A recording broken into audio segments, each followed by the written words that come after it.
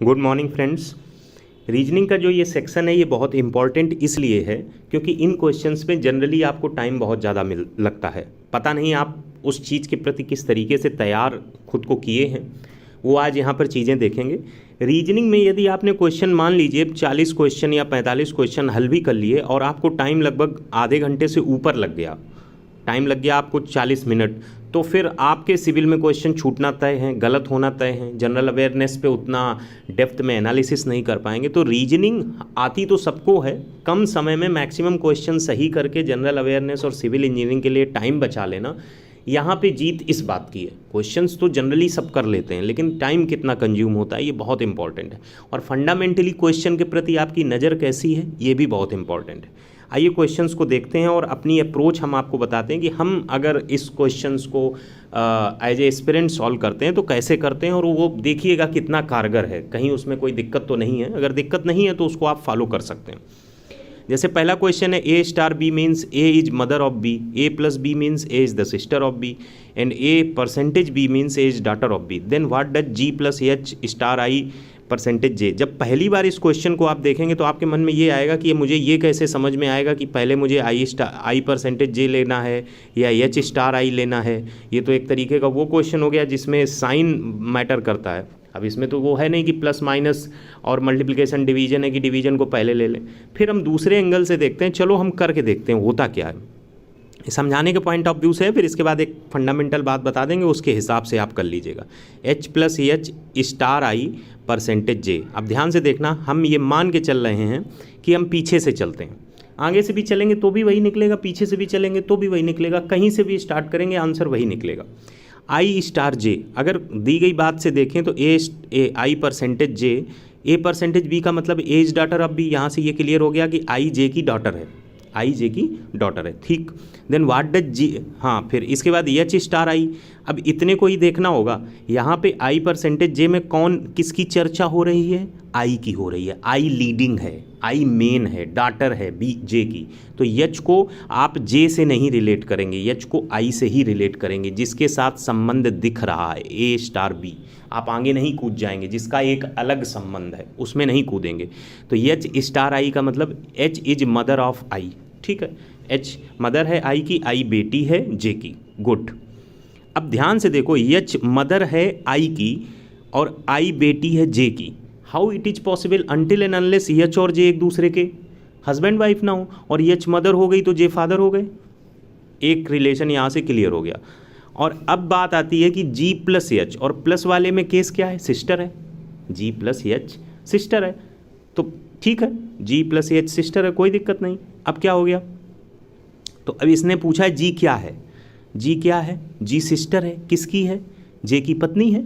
H mother है तो जे और एच हस्बैंड वाइफ हो गए, चूंकि आई इसकी भी बेटी है और इसकी भी बेटी है, ये प्रूव हो रहा है जो रिलेशन से है। तो जी किसकी सिस्टर है, जे की पत्नी की, जो कि एच है।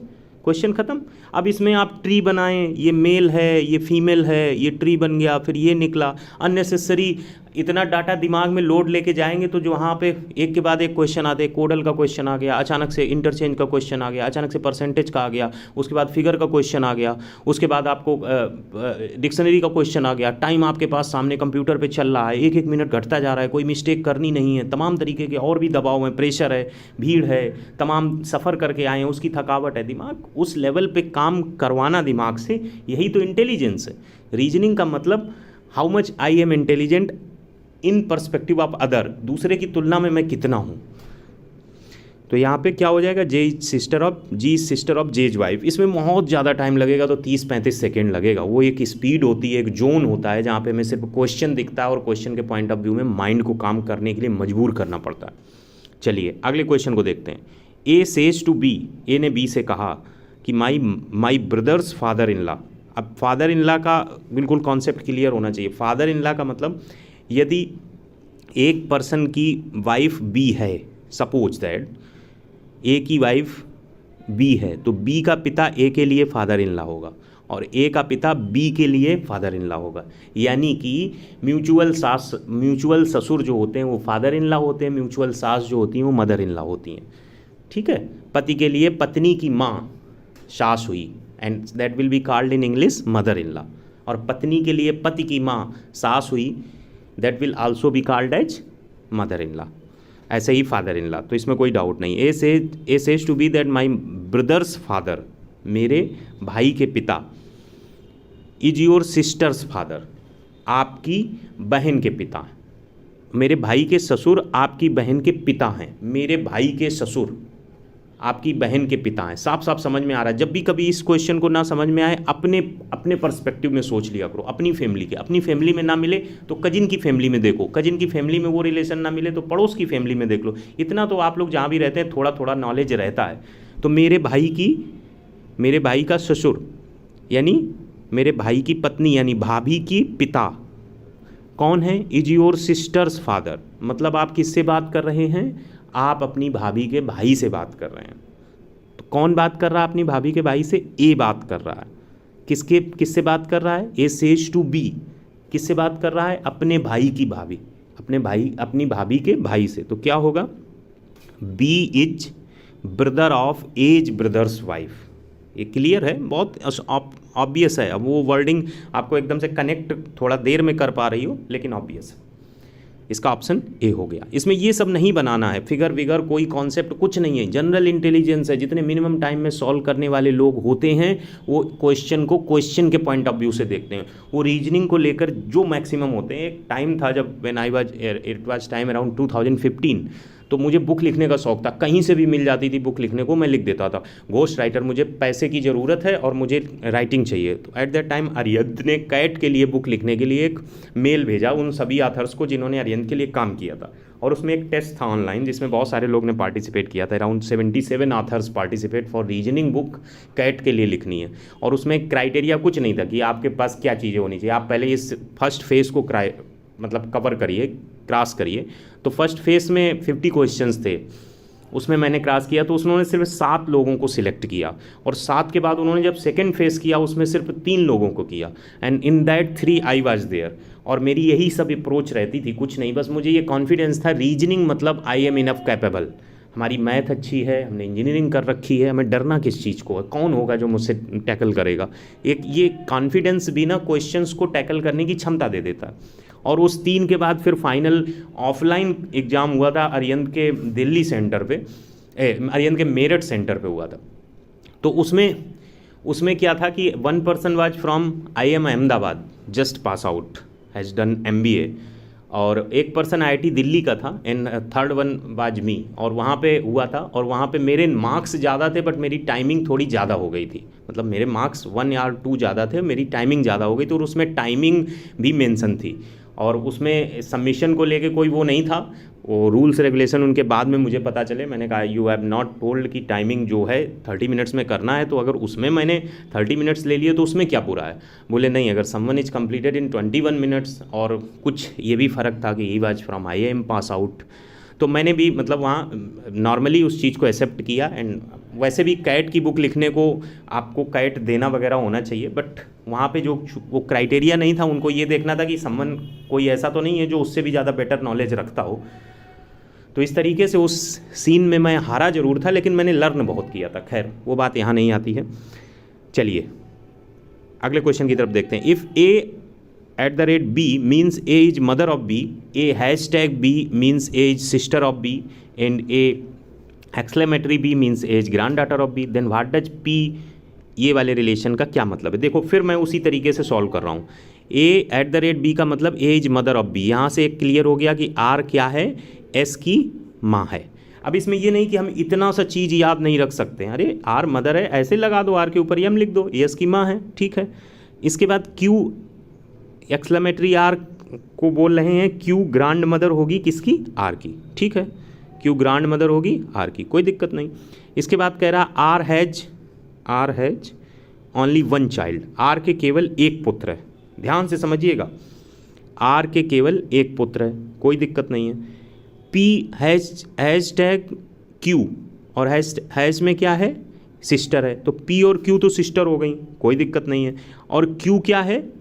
Q हो गई grand daughter of R, grand daughter of R, और R के सिर्फ एक बच्चा है। तो यहाँ से ये क्लियर हो रहा है कि जो यस है वो P और Q का या तो फादर होगा या तो मदर होगा। ये बिल्कुल क्लियर साफ साफ दिख रहा है, क्योंकि ये तो ग्रांड डॉटर हो गए और ये इसकी r@s देखो तो मदर हो गई, तो ये अगर इसकी मदर है तो ये इसके बेटे बच्चे ही तो हुए। अब ये नहीं पता है कि यस मदर है कि फादर है, ये यहाँ से क्लियर हो गया। अब ऑप्शंस में देख लो, S is mother S is father तो कहीं देगा ही नहीं, तो करेक्ट ऑप्शन सीधे सी पार्ट होगा। अगर वन टाइम में आपको नहीं समझ में आ रहा तो हमारी बात को ध्यान से समझने की कोशिश करिए, इस वाले सेक्शन को ध्यान से देखिए, वैसे समझ में आ गया होगा, बहुत ऑब्वियस है। @यस, RS की क्या है, माँ है, और ये दोनों चूंकि सिस्टर हैं और यहाँ से रिलेशन ग्रांड डॉटर का हो रहा है, तो ये ग्रांड डॉटर हो गए, यानी कि इसी के बेटे तो होंगे। जब भी कभी रिलेशंस का क्वेश्चन हो तो उसमें आउट ऑफ जंप मत मारना कि ये इसके ग्रांड डॉटर हो सकता है, इसका कोई दूसरा बेटा रहा हो, बेटी रहा हो, उसके बच्चे हों, ऐसा unnecessary out of the box नहीं जाना है। क्वेश्चन जो है वो को रिलेट रहेगा आपस के रिलेशन से, उसमें कुछ नया वर्जन मत खोज लेना, कम से कम SSC JEE में ऐसा कोई वर्जन नहीं आएगा। चलिए अगले क्वेश्चन की तरफ चलते हैं। K is the father of F, okay, T is the son of H, यहीं से पकड़ना है धीरे से।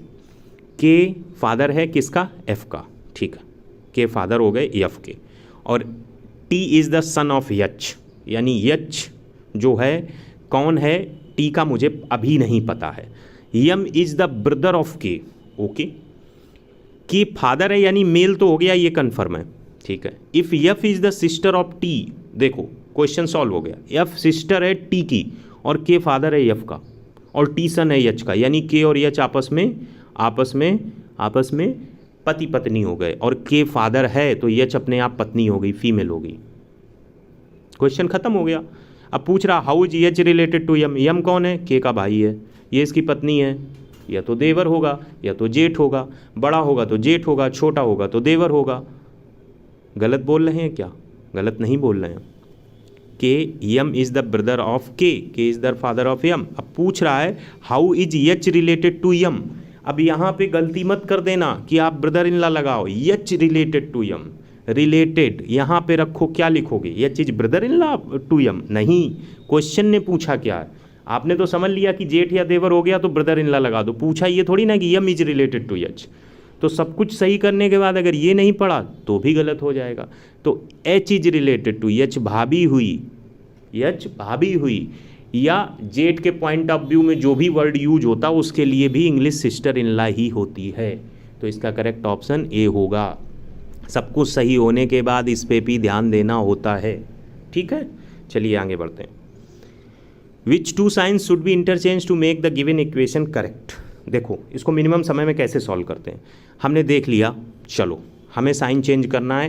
पहली टेक्निक जो दिमाग में रखनी है, हमें ये इससे ऑप्शन डिमिनिश करने हैं, कोई और तरीका नहीं है, कोई शॉर्टकट नहीं है, सिर्फ सभी ऑप्शंस को यूज करना होता है। लेकिन एक शॉर्टकट इसमें एग्जिस्ट करता है जो आपको वहाँ लगाना है, कम से कम ऑब्जर्वेशनल स्किल से। क्या शॉर्टकट होता है, सबसे पहले ये देख लो कि भाग और गुणा वाले जो साइन हैं उनकी वैल्यूएशन क्या है। वैल्यूएशन इन द सेंस, अगर 9 का भाग 252 में करें तो 9 दूनी 18, 7 बचा 9 8 72, इतने हिस्से का आंसर 28 आएगा। और अगर इधर गुणा कर दें, 32 गुणा 92 कर दें, तो आप देख रहे हैं 2700 के आसपास आएगा। पहले ऑपरेशन ये होगा, दूसरे में नंबर पे ऑपरेशन ये होगा। हमें पता है कि डिवीजन, मल्टीप्लिकेशन, एडिशन, सब्सट्रैक्शन, ये तो बच्चों वाली चीज़ें सबको पता रहता है। ब्रैकेट खोलने के बाद ये करते हैं। ब्रैकेट जनरली SSC JEE में पूछा नहीं जा रहा है, वो केवल इसी डिवीजन, मल्टीप्लिकेशन, एडिशन और सब्सट्रैक्शन को पूछते हैं। तो अब यहाँ पे 2700 और 200 को रिलेट कभी होंगे नहीं, बीच में छोटे छोटे अंक हैं, आगे 28 आ रहा है, यानी कि ये वाला सेक्शन एग्जिस्ट नहीं करेगा इंटरचेंज के बाद, यानी क्रॉस को हटाना ही होगा। ये ऑब्जर्वेशन से आ जाता है, यानी कि क्रॉस हटना चाहिए, यानी CD ऑप्शन खत्म हो गए। अब दूसरा देखो, CD ऑप्शन खत्म हो गए। अब यहाँ पे पहले वाले पे ट्राई कर लो, भागत, ये डिवीजन और मल्टीप्लिकेशन को इंटरचेंज करना। अगर 252 डिवीजन की जगह मल्टीप्लिकेशन करेंगे तो ये अपने आप में 1900 आ जाएगा, और इधर डिवीजन जाएगा तो वो 1 से भी कम आएगा। 1900 और 200 का कोई रिलेशन नहीं, ऑप्शन खत्म हो गया। सीधे B लगा के आगे बढ़ जाओ। अगर टाइम बच रहा है तो लौट के आके इसको ट्राई कर लेना, सही ही निकलेगा। बता रहे हैं जो चीज़, अगर यहाँ पे 2 ऑप्शन कट हो गए, एक ऑप्शन से आंसर नहीं आ रहा तो दूसरे में माथा पच्ची मत करो रखने की, समय बचाओ, वो ही आंसर होगा, कोई डाउट नहीं है, चेक भी कर सकते हैं। अब इसमें एक चीज़ है, इस क्वेश्चन को अगर ध्यान से देखोगे कुछ मिस्टेक इसमें आप कर सकते हैं, हो सकता है आपको लगे कोई आंसर नहीं है। देखना, 252 में ये हम बी ऑप्शन को चेक कर रहे हैं, 252 डिविजिबल बाई 9, ठीक है, प्लस की जगह गुणा कर रहे हैं इंटू 5, ओके, -32 और गुणा की जगह प्लस कर रहे हैं, +92। सबसे पहले ऑपरेशन भाग वाला होगा तो यहाँ से 28 आ जाएगा, फिर मल्टीप्लिकेशन वाला होगा तो 5 का गुणा होगा तो 140 आ जाएगा। तो नेट में क्या बचेगा, 140 -32 +92। इसके बाद ऑपरेशन प्लस का होता है, अगर आपने ये ऑपरेशन प्लस का कर दिया तो गलत हो जाएगा। जो प्लस का ऑपरेशन होता है यानी एडिशन होता है, that is with the positive value, not with the negative value. और अगर निगेटिव वैल्यू के साथ ऑपरेशन प्लस का कर भी रहे हैं गलती से भी, धोखे से भी, तो उस निगेटिव वैल्यू को इंक्लूड करके करिए। यानी कि 92 में 32 घटेगा, 60 आएगा तो 200 होगा, नहीं तो टेक्निकली प्लस वाली चीज़ प्लस वाले के साथ ऐड करिए।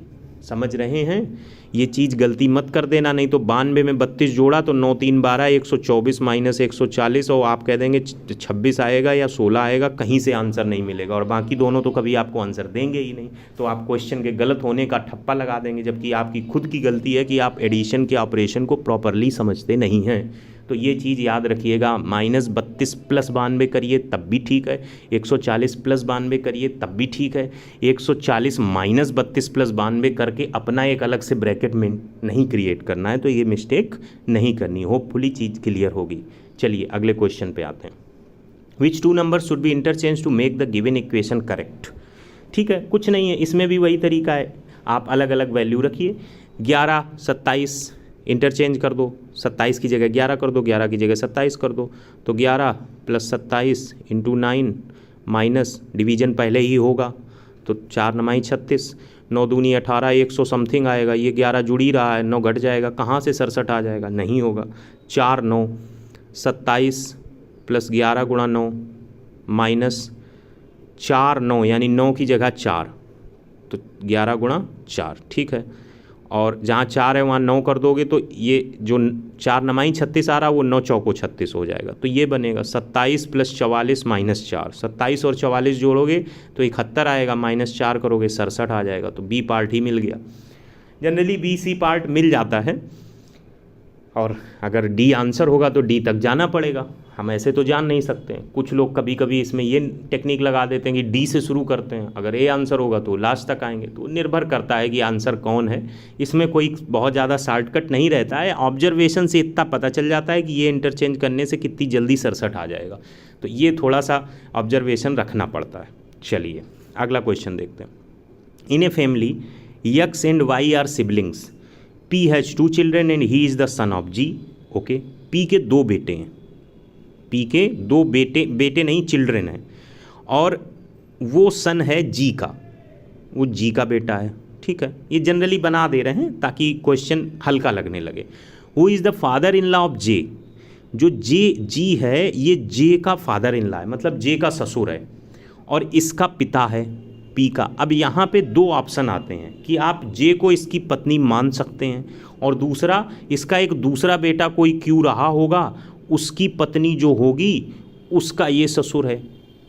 क्योंकि ससुर अगर है तो इसकी पत्नी का ही होगा, ये तो क्लियर है कि बेटे की पत्नी का। क्यों अननेसेसरी दूसरा बेटा हम माने, ये याद रखिएगा कि हमें आउट ऑफ द बॉक्स नहीं जाना है, जो रिलेशन दिया है उसको यूज करना है, इस चीज़ को याद रखना। तो यहाँ पे एडिशनल नहीं कुछ करना है। G का बेटा P है, P के 2 बच्चे हैं, और J का ससुर है, तो J को इसकी पत्नी तुम्हें कंसीडर करना ही पड़ेगा। We have to be within the family, we have not to create another family until and unless question is not going to create that. अगर क्वेश्चन क्रिएट कर देता है तो बात अलग है।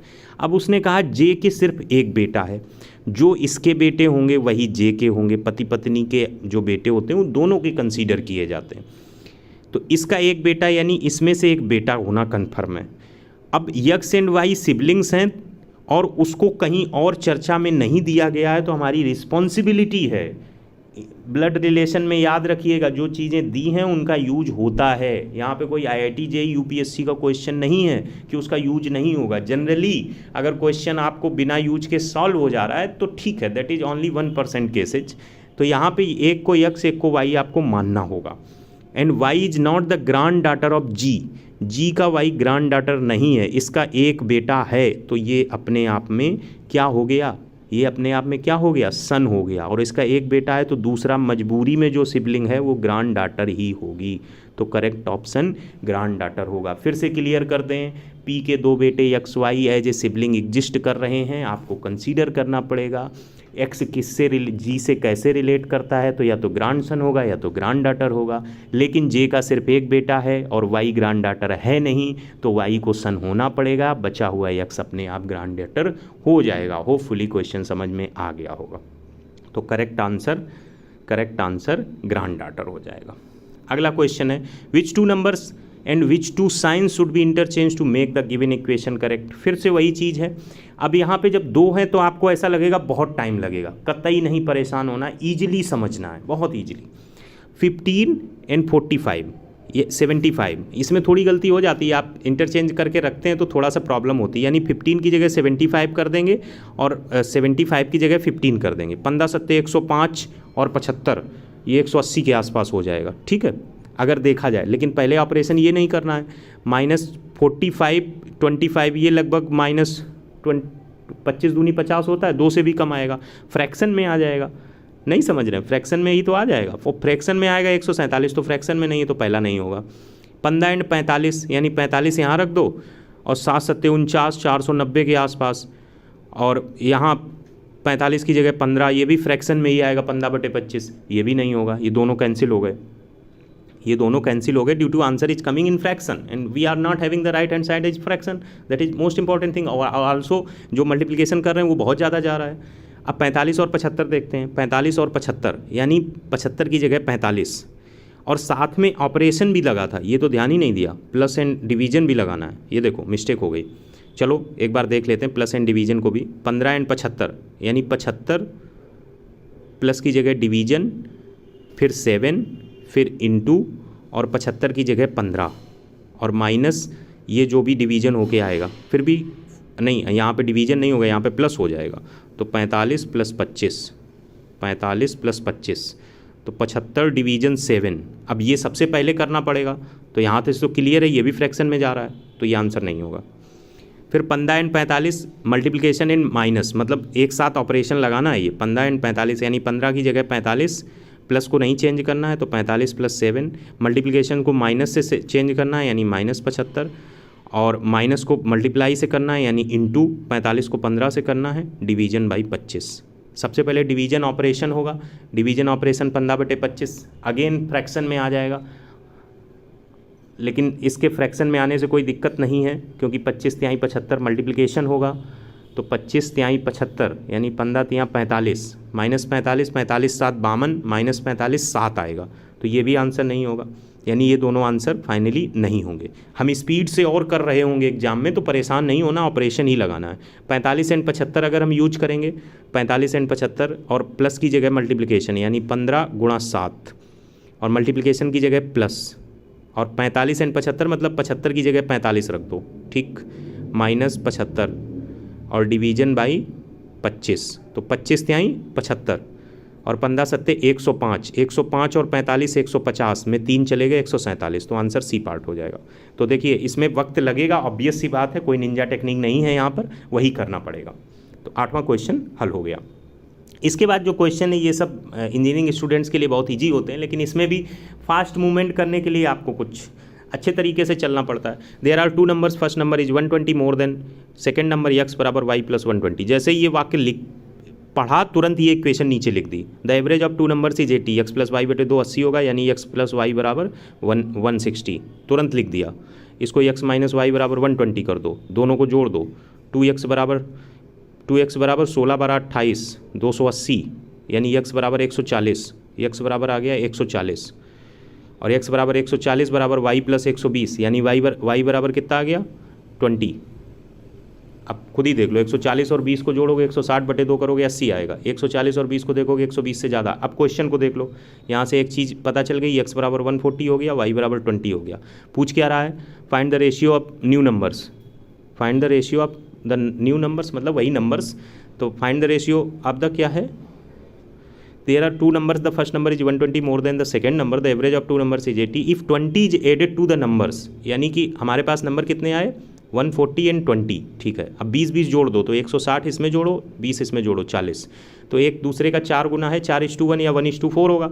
1:4 दिया नहीं है क्योंकि उसने उस ऑर्डर में पूछा नहीं कि छोटे बड़े बटे बड़ा कर दो कि बड़े बटा छोटा कर दो, तो 4:1 आंसर आ जाएगा सी पार्ट। ये समझाने के पॉइंट ऑफ व्यू से इतनी देर लग रही है, जब एग्जाम में होंगे आप ना तो बहुत कम समय लगेगा। इसके बाद अगला क्वेश्चन है 10वां, Rahul invest 18% of his monthly income in mutual funds if he invest this rupees in mutual funds. मतलब इसी 18% को ये बोल रहा है, तो कुछ नहीं है, x गुणा 18/100 बराबर 5724। 18 का भाग कर दो, 18 × 54, 3 बचे, 18 × 18, 18 और 32 में घटाओगे तो कितना बचेगा, 14 बचेगा, 144, 18 × 8 144, 3 1 8 और 100 का गुणा हो जाएगा तो 31,800 आ जाएगा। भाई जो हमारी मंथली इनकम है उसका 18% 5724 है, मंथली इनकम हमने यक्स मान ली, गुणा 18/100 बराबर 5724। 18 का भाग दिया तो 318 बार गया, उसमें 100 का गुणा हुआ तो 31,800 आ गया। It's only a 20-second question and it should never be wrong.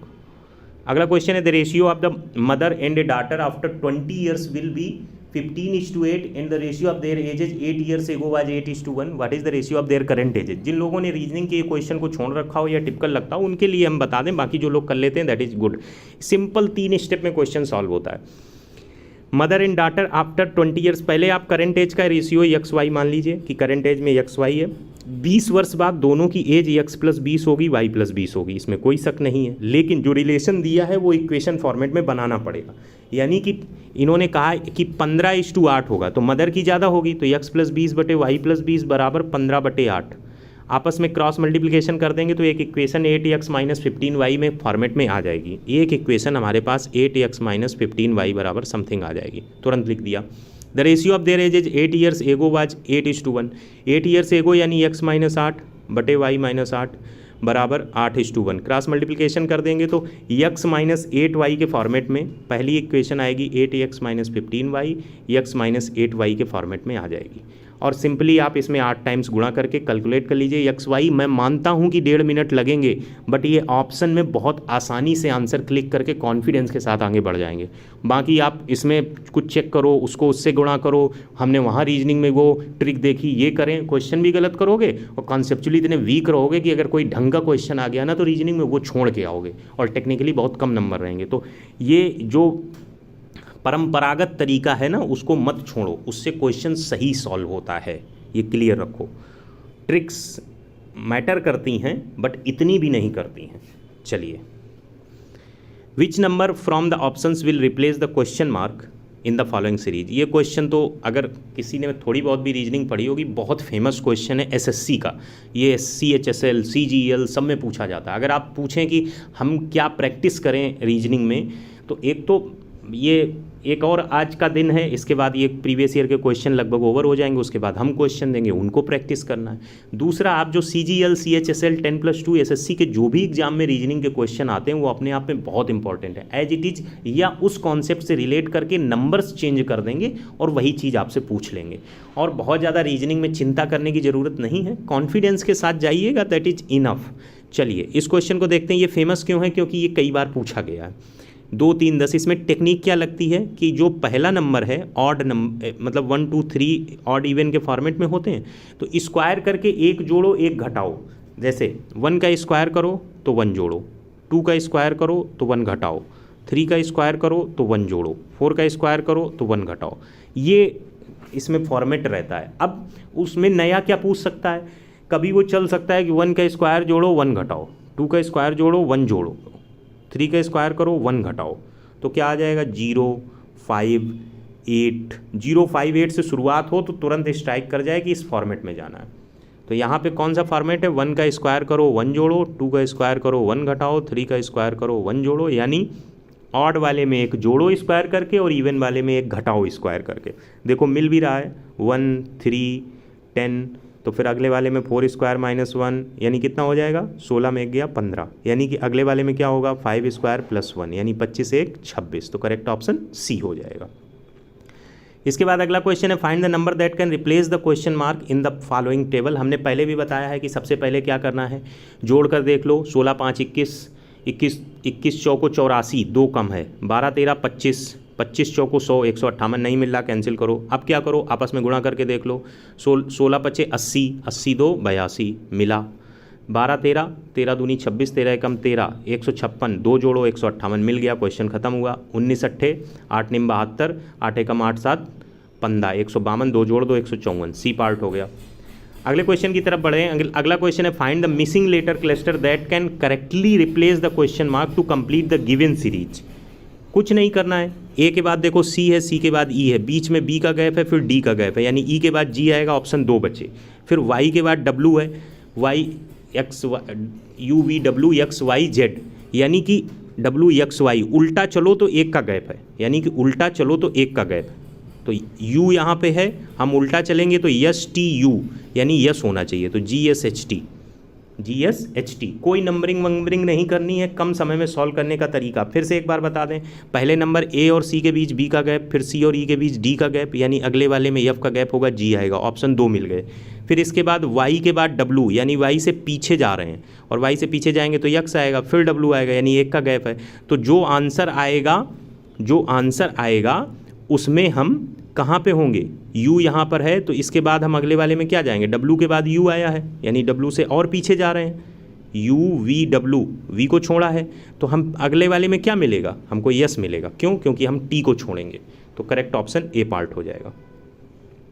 इसके बाद अगला क्वेश्चन है heart is related to cardiac. Cardiac का मतलब होता है हार्ट संबंधी, कार्डियोलॉजी मतलब कार्डियक जो है हार्ट रिलेटेड है, और लंग्स जो है वो उसका मतलब होता है पल्मोनरी, ये एक ग्रंथि होती है जिसको फुफ्फुस ग्रंथि बोलते हैं, तो इसका करेक्ट ऑप्शन ए होगा। जो हार्ट कार्डियक से रिलेटेड है वो लंग्स पल्मोनरी से। फिर से बता दें कि जो क्वेश्चन ऐसे आते हैं वो बायो के सेक्शन से आते हैं, और बायो के सेक्शन में आपको बेहतरी करने के लिए एनसीईआरटी की क्लास 11th की प्लांट किंगडम और ह्यूमन बॉडी किंगडम से रिलेट करके 30-30, 35-35 पेजेज पढ़ने होंगे, ये मैं लगातार कह रहा हूँ। और जो क्वेश्चंस हम बायो के सुपर 100 क्रिएट कर रहे हैं वो 1-2-3 दिन में क्रिएट हो जाएंगे। वो आपको जो लिस्ट मिलेगी उन क्वेश्चंस को या आप रट लीजिए, या आपकी समझ उतनी बेहतर हो गई हो तो वो कर लीजिए, या उन क्वेश्चंस पे थोड़ी अपनी भी रिसर्च कर लीजिए। उसके बाहर कुछ आएगा नहीं, जो कुछ आएगा उसी के अंदर ही आएगा। और जो ऐसा भी क्वेश्चन होगा जो उसके बाहर होगा वो किसी के बस का नहीं होगा लगा पाना। वहाँ कोई तुक्का लगा के सही आ जाए और झूठ बोल दे कि नहीं हमने कहीं से पढ़ रखा, तो वो एक अलग बात होगी। तो बायो में आप किसी भी प्रकार की चिंता न करिए, हिस्ट्री, जियोग्राफी और पॉलिटी, इकोनॉमी, इन सबसे रिलेट करके सुपर 50 आपको क्वेश्चंस मिलेंगे, either in form of mock test, अलग से भी दे देंगे। मॉक टेस्ट में भी क्वेश्चन नए रहेंगे, एक आध क्वेश्चन अगर मुझे लगेगा जो सीट में है कि वो इंपॉर्टेंट है, वो पूछा जाना ही लगता है, तो वो रहेगा। तो आपके सामने जो अपकमिंग डेज हैं वो बहुत इंपॉर्टेंट हैं। क्वेश्चंस पे मेरे द्वारा दिए गए क्वेश्चंस को कॉन्सेप्ट के पॉइंट ऑफ व्यू से देखा करो, along with the important concept, क्योंकि उसके पीछे ध्येय ये नहीं है कि हम क्वेश्चन को प्रैक्टिस करा रहे हैं। We have given you mock test, we have given you topic that is most important for the exam, as the question will come in format of question, so I have given the concept in format of question, so that your sight with respect to the question must be deep. Okay, let's move to the next question. Select the alternative that arranges the following words in a logical and meaningful order. आपको हम computer में पढ़ा चुके हैं कि सबसे छोटा bit होता है, एक बाइट में 4 बिट होते हैं, और एक बाइट में 8 बिट होते हैं, और अगर 4 बिट हों तो उसको निब्बल बोलते हैं। निब्बल बहुत आजकल पूछा जा रहा है एग्जाम में, ठीक है। और फिर बिट सबसे छोटा, फिर बाइट, फिर मेगा, फिर गीगा, और सबसे बाद में टेरा। मेगा 10 की घात 6, गीगा 10 की घात 9, और टेरा 10 की घात 12। तो सबसे छोटा कौन सा है, इसमें क्या कहा है, अरेंजेज लॉजिकल एंड मीनिंगफुल। सबसे छोटा कौन है, बिट है, तो 2 वाला हो जाएगा। इसके बाद कौन है, बाइट है, 2 5 हो जाएगा। इसके बाद कौन है, 3 है, 2 5 3। और उसके बाद कौन है, गीगा है, तो 4, 2 5 3 4, 2 5 3 4, ऑप्शन बी हो जाएगा। तो ये चीज़ें थी आपके सामने, हमने आपके सामने रखी, और होपफुली आपको थोड़ा और कॉन्फिडेंस आया होगा। अब तक जो क्वेश्चन हमने किए हैं उसमें पहले दिन में 4, दूसरे दिन में 11, तीसरे दिन में 8, और आज वाले जो क्वेश्चन किए हैं इसमें आपके क्वेश्चन 2 ब्लड रिलेशन से आएंगे, और 2 आपके साइन इंटरचेंज से आएंगे 4, और एक आपका आइदर रेशियो होगा या परसेंटेज होगा 5, और एक बस यही 5 क्वेश्चन आज हो गए, 5 4 9 11 9 20 8 28 क्वेश्चन पे आप पहुंच गए हैं और हम आपको 40 क्वेश्चन पे पहुंचाएंगे। तो आज 5 6 क्वेश्चन और कवर होंगे, उसके बाद फिर प्रैक्टिस करेंगे और जो 7 8 10 क्वेश्चन आते हैं फिगर से रिलेट करके आते हैं, इस तरीके से ट्रायंगल बनाए, सर्किल बनाए, यहीं पे स्क्वायर बनाए, क्वेश्चन लिखें, इनको हम अलग से A4 साइज पेपर पे क्वेश्चंस को क्रिएट करेंगे और उनको स्कैन फॉर्मेट में आपके सामने डिस्कस करेंगे। पहले आप अपनी मेहनत करिए, फिर हम उस पर आपको शॉर्ट ट्रिक्स या how to tackle with these questions create करेंगे। Thanks for watching. Environmental engineering के जो क्वेश्चंस हो चुके हैं उसमें एयर पोल्यूशन बचा हुआ है, प्रीवियस ईयर के क्वेश्चन और एयर पोल्यूशन को कंबाइन करके एक PDF शाम को डिस्कस हो जाएगी, शाम तक डिस्कस हो जाएगी। और कल जो टेस्ट पेपर मैंने लिया था उसका सोल्यूशन आएगा, मे बी रैंकिंग भी जो लोगों ने पार्टिसिपेट की गई थी वो आ जाए, लेकिन सोल्यूशन उसका कल जरूर मिल जाएगा। चलिए पढ़ते रहिए और अपनी प्रिपरेशन के प्रति एक नज़र ये रखिए कि ये दिन जो आपके हाथ से निकल रहे हैं वापस नहीं आने वाले हैं। आपको गंभीरता अपने अंदर रखनी है, बाहर नहीं शो करनी है। आप 10 घंटे कुर्सी पर बैठकर किताब को आंख में लगा कर बैठे रहें और आपके मन में अंदर चीज़ें दूसरी चलती रहें, उससे बेहतर है आप 4 घंटे उन मन में चल रही चीज़ों का सोल्यूशन निकाल लीजिए और उसके बाद 4 घंटे बैठ कर पढ़ लीजिए। तो पढ़ाई को बोझ मत बनाइए, इंटरेस्ट बनाए रखिए, अपनी रिसर्च करते रहिए। कोई भी बैकग्राउंड, कोई भी एजुकेशन इस बात पे कतई निर्भर नहीं करती है कि हमारी अप्रोच कैसी है। कहने का मतलब हम किस कॉलेज के पढ़े हैं, हमारी फैमिली कैसी है, ये हमें ज़्यादा अफेक्ट नहीं करनी चाहिए कि हमें तैयारी किस हिसाब से करनी है। आपके सामने बुक्स हैं, ये बहुत इनफ है। मैंने बहुत ख़राब सर्कमस्टांसेज में बहुत ज़बरदस्त परफॉर्मेंस करते हुए लोगों को देखा है। ऐसे बहुत से लोगों को मैं जानता हूँ जिन्होंने ES में अंडर 10, SSC JEE में अंडर 10 रैंक निकाली है। They we are not having any coaching material, they we are not having any guidance. जब आपके पास रिसोर्सेज नहीं होते हैं तो आपकी सेल्फ कॉन्शियसनेस अपलिफ्ट कर जाती है और बहुत अच्छे से काम करती है। सजेशंस विद इन आते हैं, that is called super natural power, और उसकी मदद लेने में कोई बुराई नहीं है। और वो तभी आएगी जब आप अपने अंदर ये फील करेंगे कि हाँ हो सकता है, हाँ हो सकता है। अपने अंदर की सभी मरमरिंग को शांत करेंगे ना, तब चीज़ें आपको अपने आप पता चलेंगी जो आपके लिए बेनिफिशियल होंगी। डिपेंडेंसी ठीक है बट एक लेवल की, उसके बाद सेल्फ क्यूरियोसिटी, सेल्फ एक तरीके का अपने अंदर चीज़ें बार बार जब उस चीज़ को करते हैं तो आपको आ जाता है। ठीक है, जैसे मैंने एक क्वेश्चन रीजनिंग का छोड़ा था तो कुछ लोगों को लगा कि सर को ही नहीं आया होगा। अरे हम उस सिचुएशन को क्रिएट ही क्यों करेंगे, हम खुद पहले से ही नहीं लगा लेंगे। और फिर वो क्वेश्चन बहुत हल्का था तो कुछ लोगों ने मुझे स्क्रीनशॉट भेजा कि ये मैंने क्वेश्चन सॉल्व किया है, इज इट गुड। 7 8 लोगों ने भेजा और किसी ने नहीं भेजा, किसी के लिए वो PDF मैटर ही नहीं करती है। वो सब क्वेश्चन प्रीवियस ईयर के, हम तो बुक से देख के लगा लेंगे, हमें तो नए क्वेश्चन चाहिए। तो आपकी अप्रोच हो सकती है। हम एक सेटल्ड वे में चल रहे हैं। कभी भी संकल्प से सिद्धि का रास्ता जो होता है ना, वो प्लान्ड वे में ही होता है। जब हम ये करते हैं कि हाँ अब हमने ये कंप्लीट किया, फिर हमने ये कंप्लीट किया, अब हम ये कंप्लीट करेंगे, फिर एक जोन आता है जहाँ पे आपको चीज़ें लगती हैं कि यार वाकई अगर ये ऐसे हो सकता है तो हमारा बड़े से बड़ा लक्ष्य कैसा हो सकता है। तो प्लान्ड वे में चल रहे हैं और मुझे भरोसा है कि अभी 8 से 10 लोग उस प्लान्ड वे में हैं और रेगुलरली वो जो करते हैं वो अपनी तरफ से कहीं कुछ फंसता है तो पूछते हैं। हो सकता है इसकी संख्या 10 से 15 पहुँच जाए। तो जब कोर्स ओवर होगा तो मुझे गट फीलिंग उन लोगों के प्रति ज़रूर आ जाएगी कि इनके मार्क्स कितने आ रहे हैं। बाकी मौन फॉर्म में बहुत सारे लोग हो सकते हैं हमें सरप्राइज़ कर रहे हो कि वो हमारी सारी बातें सुन रहे हैं, अपने लेवल पे काम कर रहे हैं। तो कॉन्ग्रेचुलेशंस फॉर यू। इतने अगर आप में क्षमता है इस लेवल की चीज़ें करने की तो I am very happy that you are attached to this group. और जो लोग अगर इन दोनों ग्रुप चीज़ों में नहीं हैं, कन्फ्यूज्ड हैं, तो मैक्सिमम मैं क्या कर सकता हूँ, you can ask for that. कहाँ पे कन्फ्यूजन है आपकी, I will remove that at that level. Thanks for watching.